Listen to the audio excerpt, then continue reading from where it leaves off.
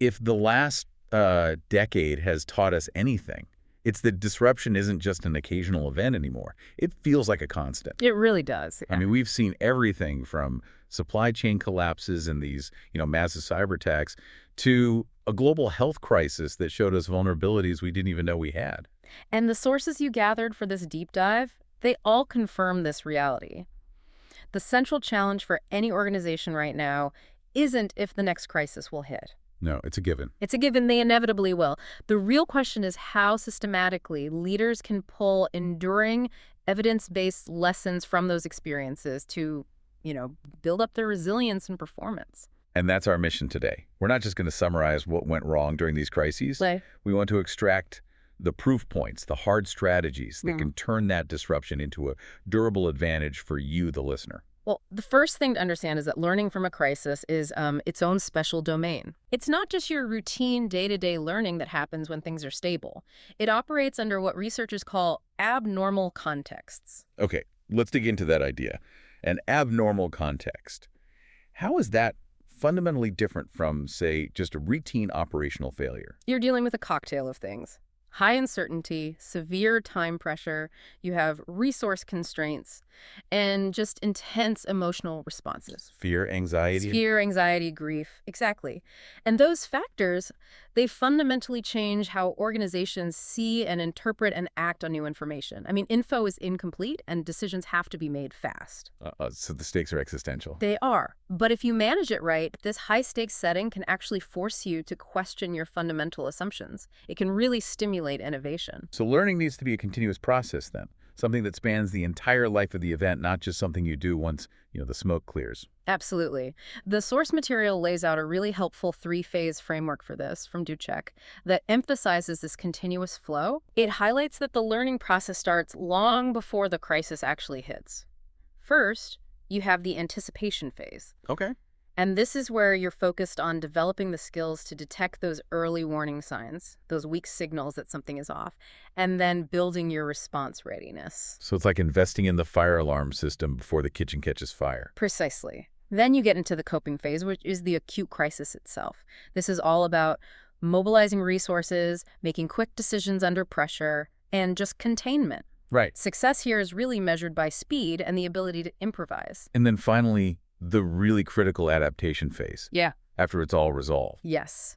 This is where you have to transition from just doing things to deep reflection. You codify the lessons, you adjust your systems, and you build capabilities not just to stop that from happening again, but to handle totally new threats better next time. And that's the problem, isn't it? Most organizations, they excel at the coping part, but they neglect the deep work of anticipation and adaptation. That's the core of it. Which leads us straight to the central question. Why do so many organizations struggle with this? Why is there this huge gap between the potential learning from a crisis and what they actually manage to realize? Well, the research points to a few common pitfalls, and they usually come back to superficiality, post-crisis reviews, after-action reviews. They just tend to stay on the surface. So they might identify an immediate error, like a failed part or a bad press release. Exactly. But they don't look deeper at what caused that error in the first place, the systemic issues. And then, even if they do stumble on a good lesson, it often just evaporates. I've seen it myself. Institutional memory just erodes as soon as the people who live through it leave.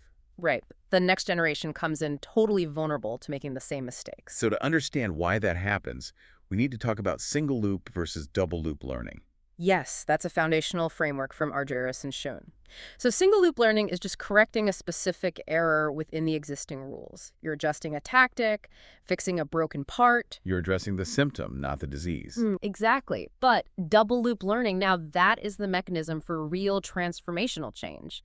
It forces you to question the underlying assumptions, the strategies, even the power structures that let the failure happen. So instead of just, let's fix the pump, you're asking... But then they're asking, why did we buy a cheap pump? Why is our maintenance schedule so bad? Why can't the frontline workers report that it's failing? It's questioning the whole organizational theory of how you operate. That shift is profound.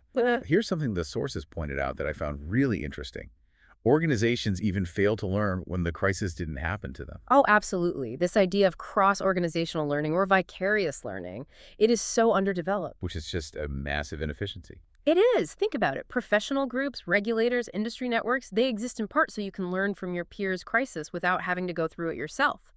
But that knowledge just sits in silos unused until another company has its own preventable disaster. Okay, so if the pain of a crisis isn't enough motivation, what's the actual quantifiable payoff? Why should you, listening right now, invest the time and money in this kind of deep learning? The evidence is really compelling. It links quality crisis learning directly to performance. Take operational resilience. One study showed that organizations with structured learning processes after a supply chain disruption got back on their feet 30 to 40% faster than their peers. 30 to 40% shorter recovery. That's a colossal competitive advantage. It's huge. And that speed, that rigor, it also sparks innovation. A crisis exposes your limits and creates an urgency that you just don't get in normal times. We saw manufacturing firms, for example, use what they learned from forced shutdowns to just dramatically accelerate their digital transformation. Implementing things like remote monitoring, AI diagnostics. Exactly. Things that not only solved the immediate problem, but made them fundamentally more competitive long term. And does this pay off financially over the long run? It does. Research found that these highly adaptive firms showed consistently higher profitability, revenue growth, and market valuations for the 3 to 5 years after a crisis. It turns a destructive event into a strategic opportunity. And what about the people, the employees who live through it? We can't ignore the individual impact. Well, the experience can be a double-edged sword, and learning is what tips the balance. A crisis can accelerate an individual's learning curve like nothing else. High-pressure training. You get better at problem solving, you learn about different parts of the business, you build personal resilience, but there's a huge risk of burnout. Right. So how do you get the accelerated learning without the burnout? That's where the sources really emphasize the link between these learning practices and psychological well-being. When you involve employees in making sense of what happened in a psychologically safe way, you can actively mitigate that toll. And you get better insights. You get much better insights. And you have to ensure diverse participation. I mean, frontline workers often carry the biggest burden and have to improvise the most, but they have the least voice in the formal learning process. The best lessons are often held by the people who are on the ground. A crucial point.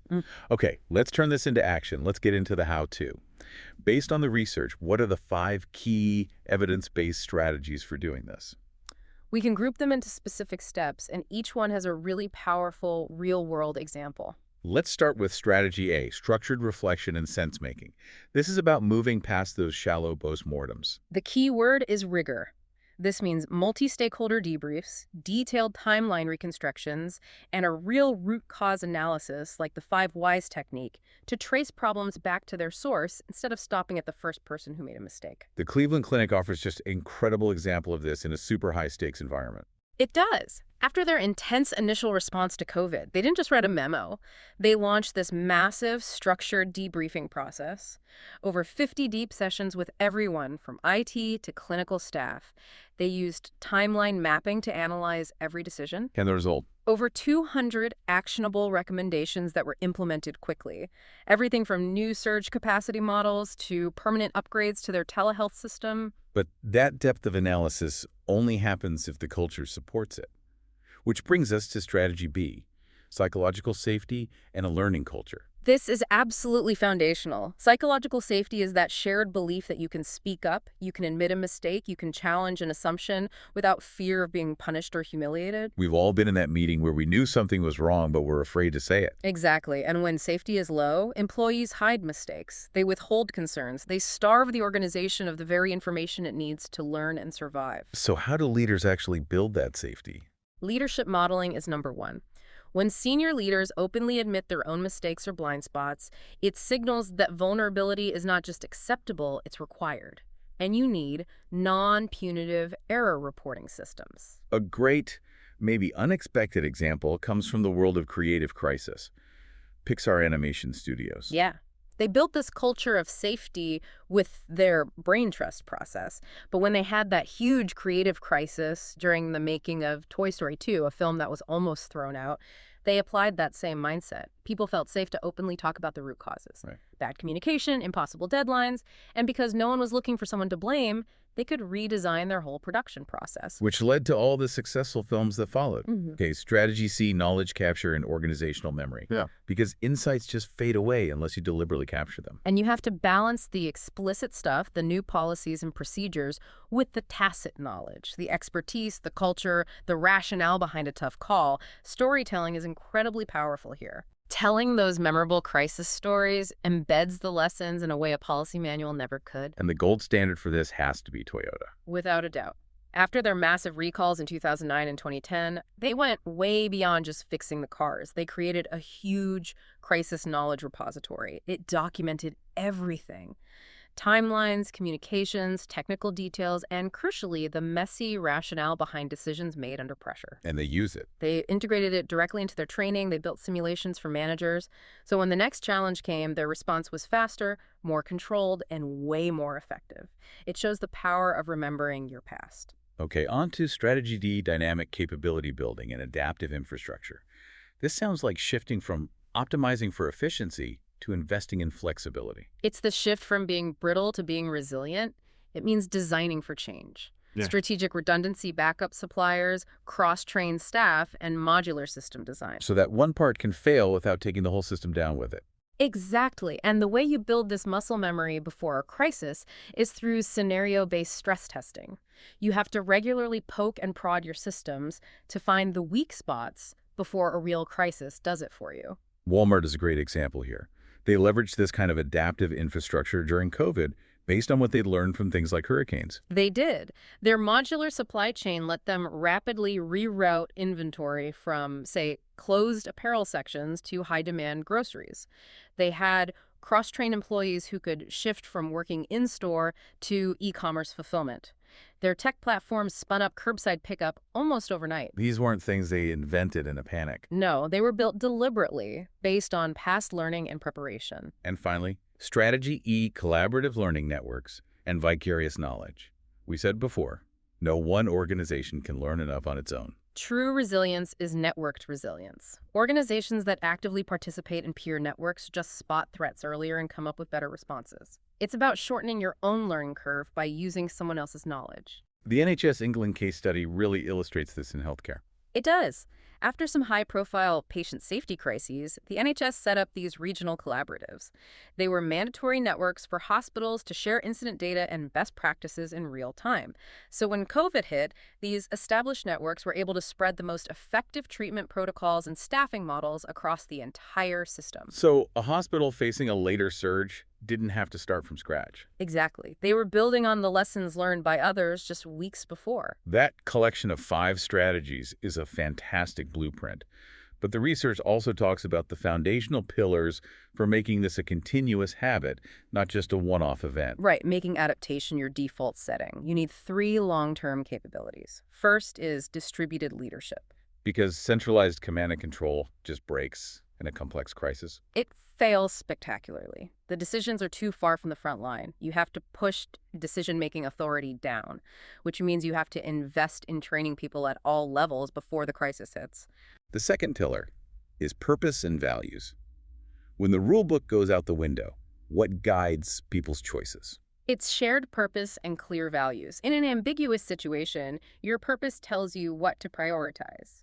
Who gets the limited resources? What ethical lines won't we cross? And the final pillar, continuous learning systems, to make sure this isn't just a post-mortem you do every 5 years. This is about embedding learning into your daily operations, developing ways to detect those weak signals, creating channels for employees to raise concerns about near misses before they become full-blown crises, and most importantly, regular practice, frequent simulations, tabletop exercises. It's about building that muscle memory. This has been a true deep dive. Let me try to synthesize the key takeaways for you, the listener. First, learning from a crisis is not automatic. It requires intentional investment before it hits, building that psychological safety and knowledge infrastructure when the skies are clear. And you have to remember the balance. You need the rigor of structured reviews, but you also have to leave room for improvisation and local experimentation. It's that mix of discipline and adaptability. Okay, finally, the learning has to translate into tangible system changes. New policies, new training, new technology. You cannot rely on individual memory alone. That's just a recipe for repeating the past. And here's a final thought for you to take away. If this capability to learn from adversity is maybe the single most valuable asset an organization can have, improving performance not just in a crisis, but all the time, then what weak signals is your organization missing right now? What warnings aren't being heard because the culture or the structure just won't let them through? That's the question to carry forward. Thanks for joining us for the deep dive. A pleasure. Go apply these insights.